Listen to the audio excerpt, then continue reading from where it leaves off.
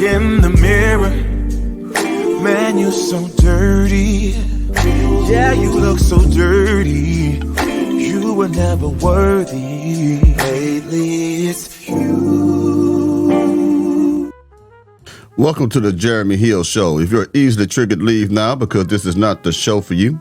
And what I'll be discussing with you right now in this reaction video is what I call the lifestyles of serial baby mamas. That's right. Women with multiple children, women who can't have enough of having kids. We're going to talk about them right quick. We're going to let some women tell you how that lifestyle really is. Hold on 1 second as I put it up on your screen. Hope y'all doing all right this morning. Yeah, buddy. Boom, there it is. And as I always say, let's get it. Things that a lot of women experience shame around. The shame and the guilt is because they don't expose it. I've seen a post about that. You have to expose the things that you feel all this shame and guilt about. So here I go for all of us, for all the baby mamas, all the serial baby mamas. I'm exposing this life for y'all and myself. So I am a mom of 5 boys, 1 girl, and I have another baby on the way. 5 boys, 1 girl, and have another one on the way. That's about, what, 7 kids? 5 boys, a little girl, and 1 on the way. Multiple baby daddies, okay? Now look what she's driving. She's driving one of them big old family van things she got to. You get what I'm saying? Why can't women keep their legs closed? Or let's just say it like this. If you're going to open them up for the world to enjoy, when you have 1 child, when do you feel that maybe you should stop having children until you get married? Because you got 7 mistakes there. I know you don't want to hear it like that. Or should I say 7 bad judgment calls, 7 consequences. And each one of those consequences is going to make it difficult for you to find a man who wants you, regardless of how good you look. And if a man get in your life, unfortunately, he has to put up the children. And let me make this perfectly clear. If you are a single parent mother and you got a man who you claim love you and he loves all that stuff, and he with those children and he helped raising those kids, I want you to know he's only dealing with them kids because of you. Because the ideal situation for every man is to find a woman who don't have any children. If he really is head over heels for you, then he like, damn, I'm going to take care of these kids, but I want her. She bad. I got to have her.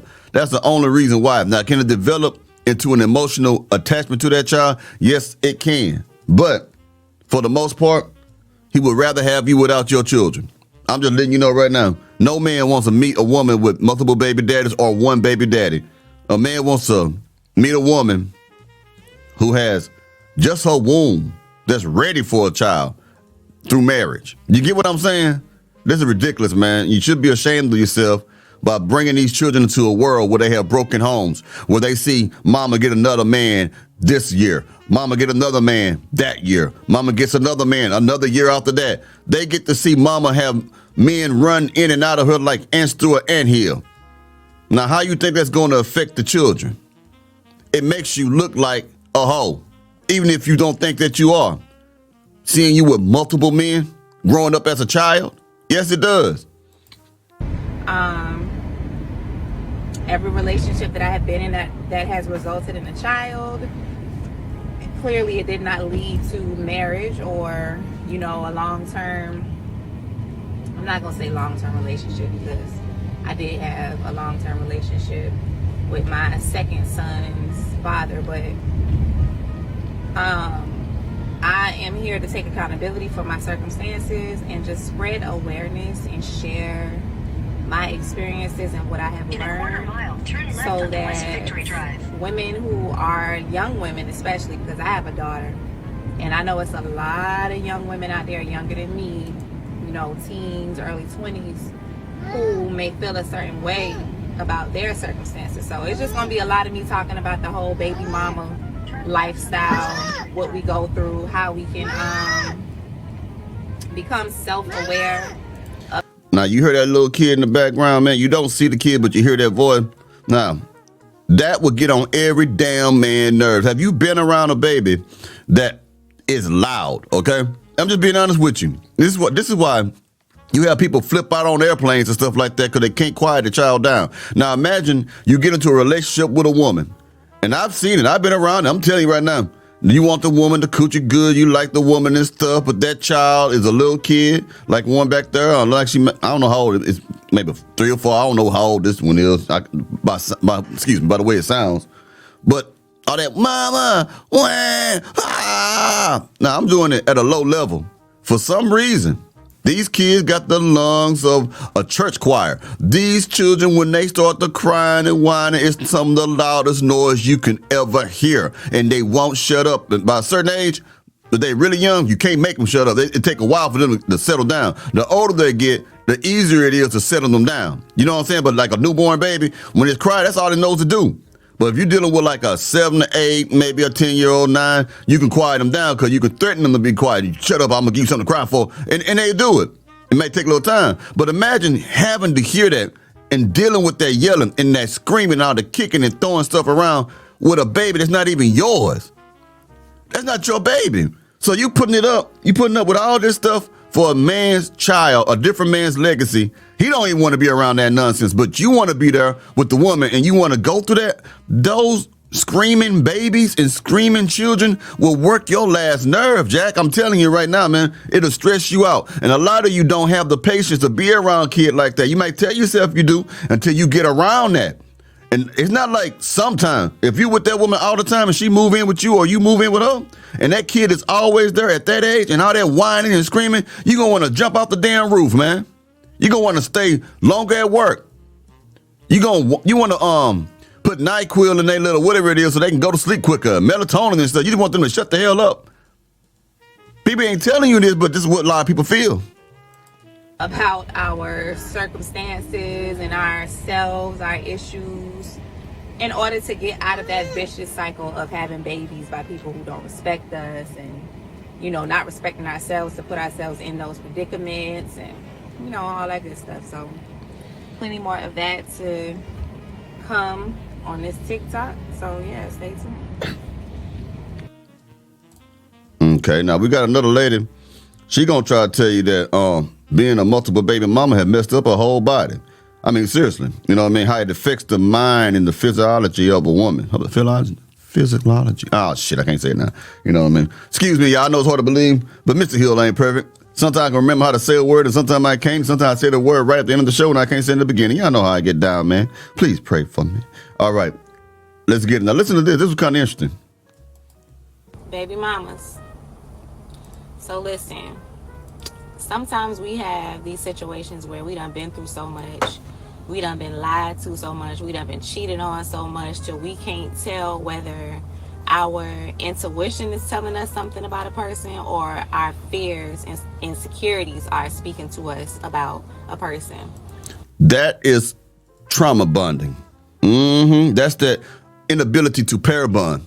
You done been through so many digglings, flying around, just hopping on one, hopping on another one like that. It'll mess your head up. This is why it's hard to deal with some of these women. Because like she said, she don't know if it's intuition, which is the result of femininity, but she probably don't have any feminine energy anyway. But she says she don't know if it's intuition or insecurities that's telling her about a man. Think about that deeply for a second.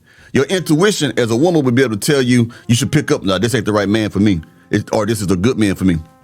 But when you're dealing with insecurities, you could be told by your insecurity that this is not a good man for me. He gonna do me wrong. All men are dogs. He gonna be abusive. He gonna cheat on me. And you mistake your insecurity for your intuition. So you're not moving through faith. You're moving. When I say faith, women need to be able to believe in a man. They are not able to believe in men no more because they've been through so many Pookie, Ray Rays, and Nook Nook who broke their hearts, so they don't have the faith or have good faith enter into a relationship. They enter into relationships already think it's going to fail in the future some kind of way or something bad going to happen. But back to what I'm saying. You're not moving through faith. You're moving through scarcity and you're moving through fear of what if. Also add a little bit of loneliness in that because you're lonely, you're insecure, you have low self-esteem, and you don't think it's going to work out. But even with all these negative things going on in your spirit, you still want to get into a relationship and ruin his life. It make your life harder. All because you wouldn't shut your legs or have any type of self-discipline whatsoever, or you keep picking the same type of men over and over again. And then when a good man comes along, you already have these bad negative thoughts that, oh, this ain't gonna work, but I give him some coochie. Crazy, man.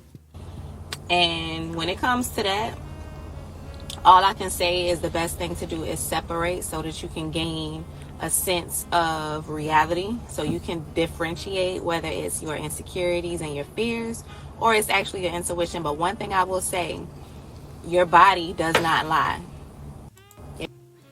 Yeah, something lied to you. If you have a situation where you're dating somebody, you know, you have been abstaining from sex or whatever, and your body, your hygiene is good, you don't have any issues, everything's fresh, you catch my drift, and then you start to sleep with a person and then everything is just thrown off. My question is, who the fuck you sleeping with then? I beat up plenty of coochies and they ain't making where they stinking and funky. You got something else going on. You picking sick dick. Something wrong with you. If a man hit your stuff and your whole body, your pH balance go off and stuff, it's something you picking the wrong man, you sleeping with too many men or something like that. You get what I'm saying? It ain't always because of the man. It's something you got going on right here. And a lot of y'all pH balance is off simply because you do sleep with a whole bunch of men. Okay? Because that's not normal, y'all. When a woman sleep with a man, if that's the case, that would mean that married women, traditional married women, will begin to stink or something happens to them after they sleep with their husbands. You see what I'm saying? This is coming from you sleeping with multiple different men and letting them skeet in you, exchanging all those different bodily fluids. This is what's happening here. All right. Chemistry is a big thing, whether it's because this person is cheating, their spiritual chemistry, their diet even does not match with what's going on inside your body. That's a problem. I mean, it may not be for y'all, but for me, that's a problem. Yeah, buddy, you got a lot of problems. Boy, I tell you, you got a lot of problems. Anyway, I'll be talking to y'all pretty soon. Y'all take it easy now, you hear? Ooh, ooh.